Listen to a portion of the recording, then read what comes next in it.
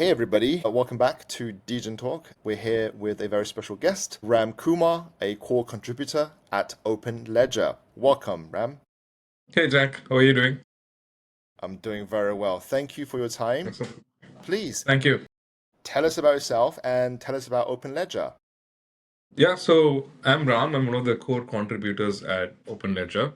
OpenLedger is a blockchain network for AI. We enable users across the globe to contribute data sets, collaborate with each other, and build specialized AI models on top of us. We are a layer 2 that enables a protocol which gets people to contribute data, move it on chain, and have that data sets be used to build models and also get attributed for that, to get paid for that. As we believe people need to own their data, people would need to have an opportunity to monetize their data and get attributed for that. That's the core principle of OpenLedger, and that's what we are building. Think of us to be Web3 version of the traditional players like Web Hugging Face and Kaggle and all that. We want to make sure this is much more open, and it's an inclusive product that can enable anyone from any part of the world to come together and build models on top of us. Great, wonderful. And what's the current focus at OpenLedger? The current focus is to enable the product to be tested by people. We are in testnet right now. We've been in the space over the last year and a half. We raised money last year, and it was led by Polychain and a couple of other prominent VCs, and the product development started from there, right? It was majorly an initial R&D and then a product development over the last 1 year. And we are at a stage where we would want the product to be tested out by the community. And that's what's happening right now, right? We are in our testnet phase. We launched our testnet around Jan, and we've done with the phase 1 of the testnet, which is initially letting people test out the data contribution product and like contribute data sets. And then now it's testnet 2, where they can still continue to contribute data sets, but also explore building models on top of us, which will open up soon as well. So we are at that stage right now, and the major focus for us is also to enable people to build models on us, right? If you take a look at the space, a lot of people have claimed about the product being coming out after testnet, after mainnet, and all that, but not many people like really launch a solid product, right? Especially in the AI space, it has been always promises, but never that it's coming out. We wanted to change that. We wanted to showcase a real product and enable people to build models on top of us. And the reason why we started doing this is because there is a lot of void in the space in terms of an infrastructure that can enable people to come together and build models, right? If you take a look at larger language models, which are very sufficient, a lot of larger language models are there right now. DeepSeek, which is open source, and there is Llama, and there is other closed source players like ChatGPT's OpenAI model. All of these are models which are superior in how they perform. They're good enough to do a very generalized content, right? Building an AI company, a Web3 AI company, to say that we're going to compete against them to build like a foundational model or larger language model doesn't make sense. I don't think we need to compete there because that takes a lot of time, resources, and and also like it's not something which can be right away solved with the resources that we have in Web3 right now. Web3 has always been a technology which enables the existing technology to be much more fair, right? That's what we've seen till now. That's what happened with finance. We built decentralized finance, which makes it much more fair and equal. I think that's what Web3 can enable for AI as well. We can bring in fairness. One thing that can be done for AI is that all of these models that are there, these are larger language model, but none of them contributed to that, who contributed data sets to that, are rewarded for it, right? Another void is that these models are not good enough for specialized tasks. They're very good for like centralized tasks. They can give you like a very general knowledge, but they're not great in terms of specific task, individualized task that is going to be there, right? And that's how the world is going to migrate to. If you take a look at um, the sector going forward, an app will not just be a regular app. It'll be using a model beneath it. The most of the application logic will be replaced by a model, right? So let's say we have an app for fitness. it'll have a model which is a combination of models which will include like a sleep model, a fitness model, and a model which is checks your biometrics, right? And let's say an app is for programming, it's now replaced by programming based models like Cursor and all that. So every app and every service out there, even like a physical service, will be replaced by AI.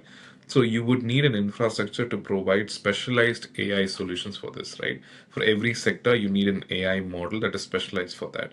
A large language model is good to get context, but it is not very highly efficient for a particular sector that is evolving new or an existing sector which is very unique, right? And we've seen with apps like Perplexity, initially everyone was a ChatGPT wrapper, but it was not so efficient. But a product like Perplexity came about. They use OpenAI to get context, but they use other models, specific models, which are efficient in that particular sector to answer a question.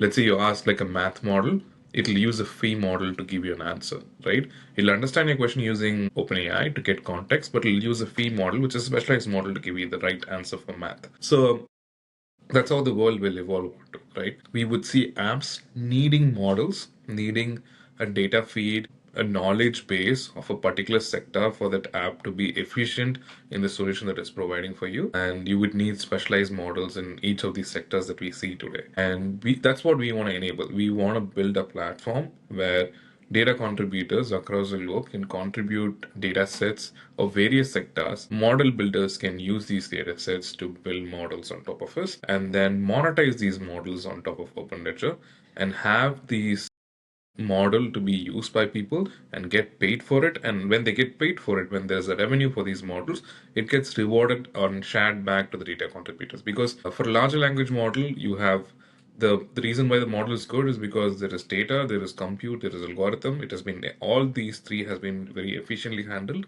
But for a specialized model, the biggest contributor is the data, right? The data that you provide to the model is what makes it specialized. So we want to make sure the data contributor gets rewarded in this process, and that's what we focus on. That's the core, and that is why we want to use attribution to reward back to the people. That's the core in which we focus on, is to make sure that we enable this attribution layer for people who contribute to building a model, right? And that's why this platform is built out in such a way that there are solutions for each sector, each stakeholders and problems that we try to solve. The first one is the data contribution side. There's a platform for that. And the second one is the model development side. There's a platform for that. The third is the hosting and the distribution side. There is a platform for that. And what brings all of together is the A2 blockchain, which enables all of these activities as part of these stakeholders is on chain, is trackable, and you can see it. So you can see the provenance on chain, basically. Like you can verify it, right? Yeah. Yeah. Blockchain brings the trust, right? Code is the trust. Now, people do not have to trust OpenLedger as a company, they have to trust OpenLedger's code. So anyone from across the globe, when they contribute a data set, hoping to get paid, they need to make sure they can see it on chain. What is their data, whether they own the data, where the data has been used, which particular model, and whether that model was used. And if it was used, whether they're able to see whether they're getting attributed for it, whether the data was used in that model's output, and if yes, whether they're getting paid for it, right? So to see this on chain is the overall, the core of what we do, and that's what we've built as well. So that's the sort of like the attribution layer that we focus on, and that's right now the situation. We want to make sure that this product is tested out and we get feedback from people, and once we have the feedback, then we'll go mainnet as well. Wonderful. So there's going to be a builder side and then there's going to be that incentive side, right? Where kind of it works in tandem through our fair blockchain with security and transparency and everything. So make sure everything is get settled in a transparent fashion, right? Wonderful. So what's in store? We'll touch upon the model stuff in a second. What's in store for your users and devs and the general community in the next 6 months? What could they expect from OpenLedger? Yeah, so I think we touched upon this. Like right now, it's majorly testnet, and we want people to participate in the testnet and provide as much as feedback. We definitely like to have a good community participation. That's how makes a product better. We don't know every aspect of a product what needs to be there, right? Yeah. That has to come from the community. We want to make sure that community has a enough buy-in in the product. So that's what is happening right now, as I told you. But what can be expected in the coming weeks or months is basically once we have enough feedback on the testnet, we will start rolling out our product mainnet. And you would also start to see people who have been building models on top of us. So we have about 10 plus projects who are building specialized models on top of us. This includes a team which was part of it's an ex Google DeepMind team, and they've come from the traditional AI space. They wanted to use our product because it enables easier access to data. And so it's a bootstrapping method for them to not worry about compute or data, right? Because the compute cost is also much lower for us. The fine tuning cost is about less than about $100, right? And then access to data is free initially. And once your data gets used in the model, then you pay them. So it enables them to be bootstrap and building a model on top of us. So we have that team building a model, and we have more projects being built. We have a model being built on Solid. We have a team which is led by a doctor who's building a mental health model. We have a couple of models. We're working with certain Web3 companies in the space like Pudgy Penguins and all that who are building a model on us. So it's a unique combination of models that will be coming out. These are models built by builders on top of us, right? And we'll be announcing that as well. And they will go live as we go mainnet. And all of that will be revealed to the community. And we would love to get the community's feedback for that as well. And the mainnet is scheduled probably in about a month or 2 months' time based on various other factors about the product's feedback and all that. And then we would go mainnet and we would make it permissionless so that anyone can come and propose to build model, collect data for that, and access the platform. That's sort of like what's in store right now. There's a lot of work, but it's good work, and quite a journey over the last 1 year building this product. There is more to come. It is just that now the initial version of the product will go mainnet and live right now. There is more features and there is more to the protocol that we'll be building going forward. We're learning as we build this, and as we go mainnet, we would see that as an initial start to the long term of this project. Awesome. I think Ram just dropped some alphas for us, right? Mainnet coming in about 2 months. That's very exciting. Congratulations. Let's talk about OpenLedger in the realm of AI, right? Let's talk about Yeah. your model factory. So, what is the OpenLedger model factory? So I was talking about like the model development, right? One of the Yeah. biggest struggle in terms of anyone who wants to build like a specialized model is that most of the players out there, if you take a look at Hugging Face or Kaggle or any other platform out there, you need to use code to actually build a model. You need to program. You need to know programming. You need to be a well-trained ML engineer to actually build a model, or at least like fine-tune a model, right? We focus on the fine-tuning side. We're not going to enable people to build like a foundational model on top of us, as I told you initially. We want to enable people to fine-tune and build specialized models on top of us. And it has to be as easy as possible. It has to be as no code as possible. And we want to make sure that initially it is adopted by ML engineers. And as AI grows, we would want a regular person who wants to explore AI to play around and build models, right? So that's the ultimate goal that we want to achieve.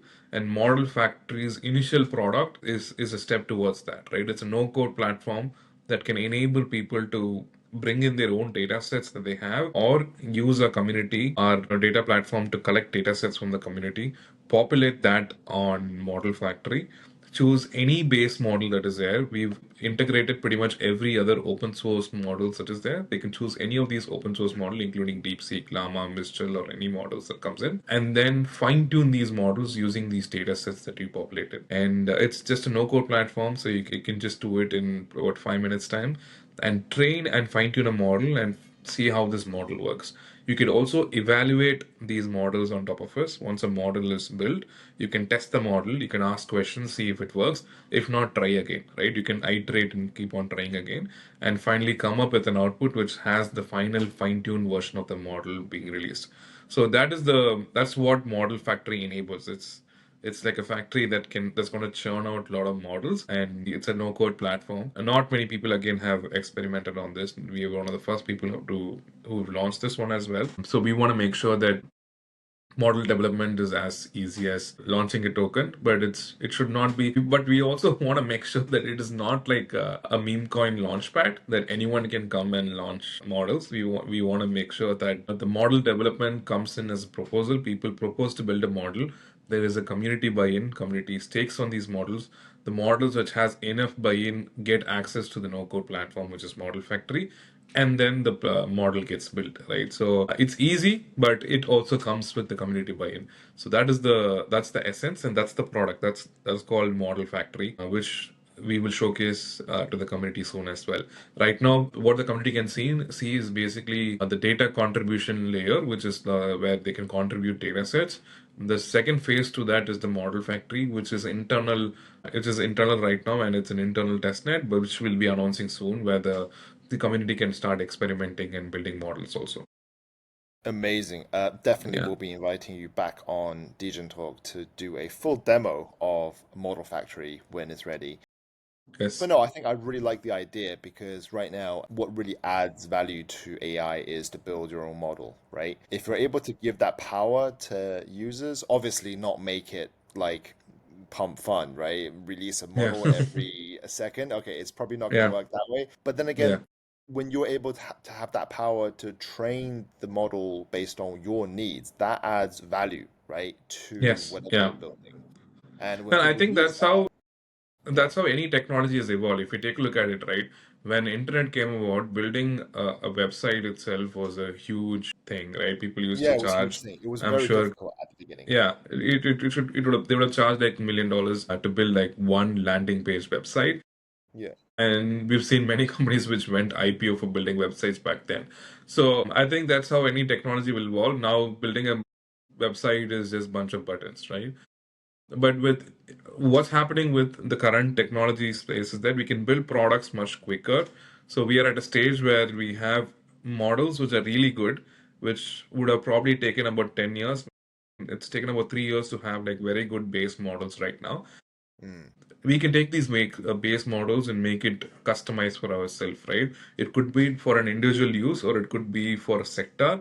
I could believe that model needs to be built for DeFi, right? Because if you take a look at it, the DeFi space, if anyone wants to build an agent, if it uses OpenAI's model or if it uses a Llama model, it's very generic, right? It can guide you and It's tell very you generic. what can be done, but you can't give an actual answer because it needs to understand about on-chain trading. It needs to understand about what is Bitcoin halving, how does that manipulate the market, what kind of happens, what has happened over the last 10 years of crypto. It needs to understand all the on-chain data that is there. It needs to have like a rag of the current market trends that is going on. Everyday market changes, right? Over the last 2 months, we've been seeing every news that's there in the market is changing the market. So it needs to have the context of the current market that is there. It needs to understand the sentiment that is there in the market and then execute trade.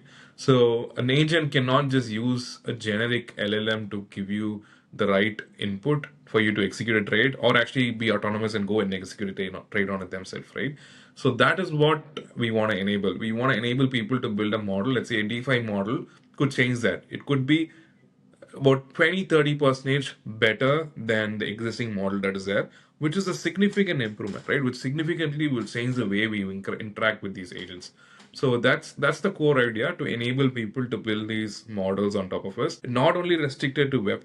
It can be expanded and used for any kind of use case.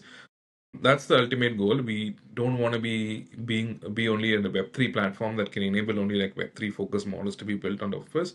The idea is to enable any AI developer to use our platform, bootstrap and experiment and build models on top of us. Models are very unique, models that we think that can be useful for the world. They could build and explore that on using our product. So that's the core idea, and it is very much Yeah, needed right now. We are at I a think it's stage where beautiful. the market is evolving. Yeah, sorry. Yeah, no, I think it's beautiful. You're democratizing model training basically Yeah, to people who yeah, really wants to build their own stuff. yeah, There's something called Open LoRa, right? That's recently announced. Please tell us more about Open LoRa. yeah. Yeah, so the idea behind Open LoRa is stems from basically what you've seen with decentralized compute. If you take a look at a lot of players like Aether, Ionet, and all that, they really changed the way we get access to compute, right? Yeah, yeah, You get compute at 1/10 of the actual cost from a centralized player, because we've seen that when we initially bootstrapped and started launching OpenLedger, we were experimenting with building like specialized models because we were trying to figure out whether this will work. We can actually fine tune and build good models. but during the time we've rented more, GPUs from AWS and a couple of other players out there who are centralized. It used to cost us like 60 $70 to actually rent a GPU, or like for a day, and like for an hour maybe like $7 to $8. And then we switched over to decentralized compute providers, and either costed us like $1.50 max. So the cost to actually experiment and like R&D and build like MVP focused like models and stuff like that was much more lower. So we could actually play around and do a lot of stuff, right? That's where innovation starts, where you have access to something at a cheaper bootstrapping cost. It's open source, it's much lower cost. Then you would start experimenting and we would start innovating. And we saw that that really inspired us, and we thought, how can we use a decentralized compute provider like Aether, other players out there, but also figure out ways where we can optimize the cost much lower, right? And if you take a look at our focus is to enable people to launch models, specialized AI models on top of us. But let's assume there are like 100 specialized AI models. And all of these are built by people, startups who are either raised very small money or have like bootstrap and are like initially building out. They want to showcase this model to people to raise money or launch and make revenue. They don't have much money to spend, right? They don't want to spend much money on compute also. So what we kind of figured out is that instead of using like one GPU per model, how can we have like 100 models launched in one GPU, right? So that is where we launched OpenLoRa. It's a framework where every time a model is built, the base model is the same. So if someone specializes a model on Llama and like build like four models, the base model Llama is same. That is like a general knowledge model that is there. And you build like a separate layer, the fine-tune layer, the specialized model is the fine-tune layer, which is a layer that is added on top of the Llama model that is there, right? So we separated out the deployment of this entire model. So you can launch a base model in one GPU and have these specialized model layers as adapters, right? And whenever someone, querying your model, the base model will be queried, and then the adapter will be called. The fine-tune layer that a team has built will be called in that single GPU. It will be pulled in as an adapter in real time, and an output will be given. So that's what OpenLoRa framework is. It just breaks down how a model deployment happens, and it makes it much more modular. And that's what we built in OpenLoRa, so that anyone who's launching a model on top of us, they don't have to worry about running their model in one GPU and worrying about the cost. They can share the GPU with among 100 other models that is there and have a much lower compute cost. And that's OpenLoRa. It was just launched to make sure there is enough efficiency in terms of model development and deployment.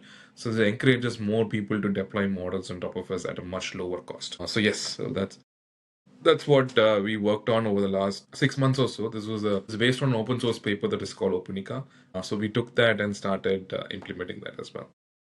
Well, you guys are trying to upend the AI industry as we know it by removing some key pain points, right? Expensive of equipment cost, expense of compute power, the high cost, well, the high technical barrier for training your models, which you guys are solving as well, and having that model to run cheaply as well. Insane work, insane work. So, what message would you give to developers and builders that wanting to build on OpenLedger, and what kind of support would you guys give to those developers?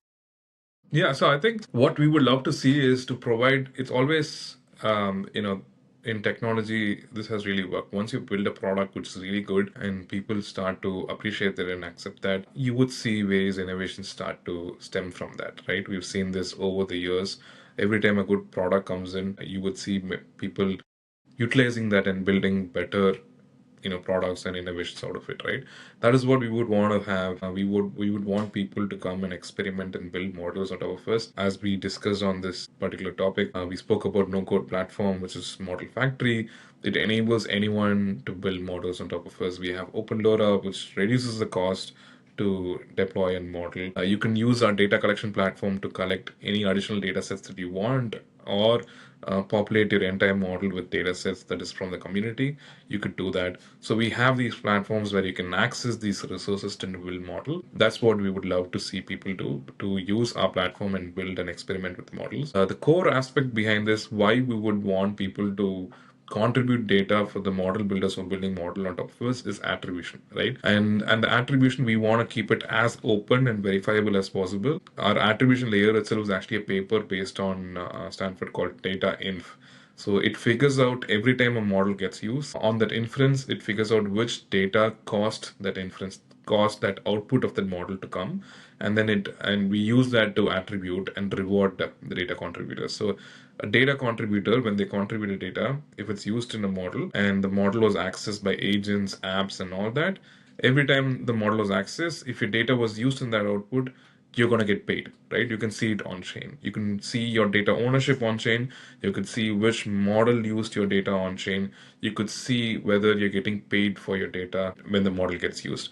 So all of that is verifiable on chain. That's where our layer 2 is focused on. So that's another offering that we would like to provide to the whale, so that people can be happy about whether their data is going to get used, know that the data is getting owned, and it encourages people to come forward and contribute data, right? So that's something that we really want to make sure that people look at and try on and experiment, and also encourages people to contribute data.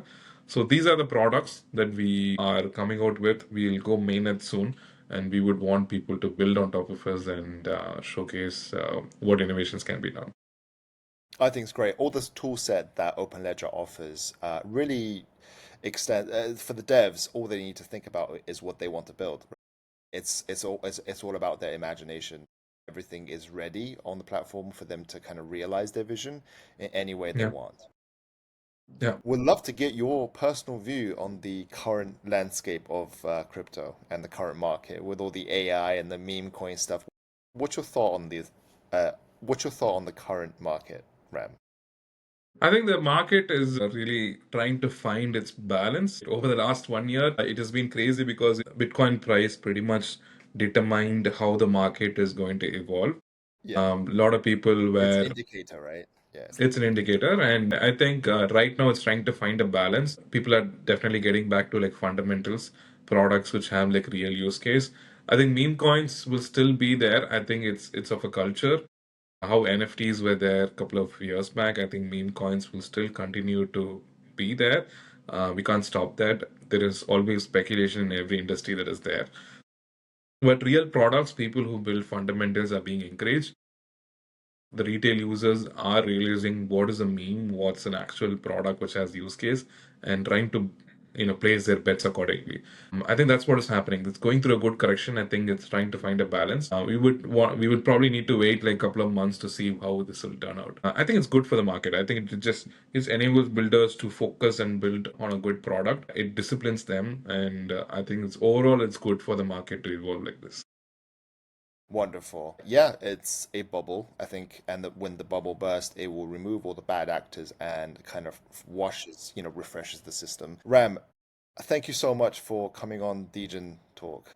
I will be Awesome. linking all the links and stuff into the tweet and everything for our users and audiences to check out. We'll definitely have Ram back on Degen Talk very soon to tell us more about all the cool new features coming at OpenLedger as well. And yeah, to the audiences, thank you so much for joining Degen Talk. I'll see you guys in the next one. Thanks, See ya. Jack. Thank you. Thank you.